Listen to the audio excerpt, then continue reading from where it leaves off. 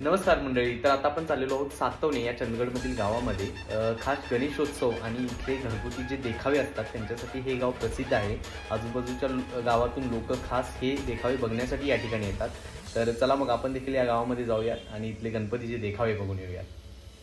महाझाले पुरे एक वर्ष होतो वर्षाने एकदाच हर्ष गोड अन्नाचा होतो न स्पर्श घ्यावा जाणून हा परामर्श पुऱ्या वर्षाची साऱ्या दुःखाची वाचावी कशी मी गाथा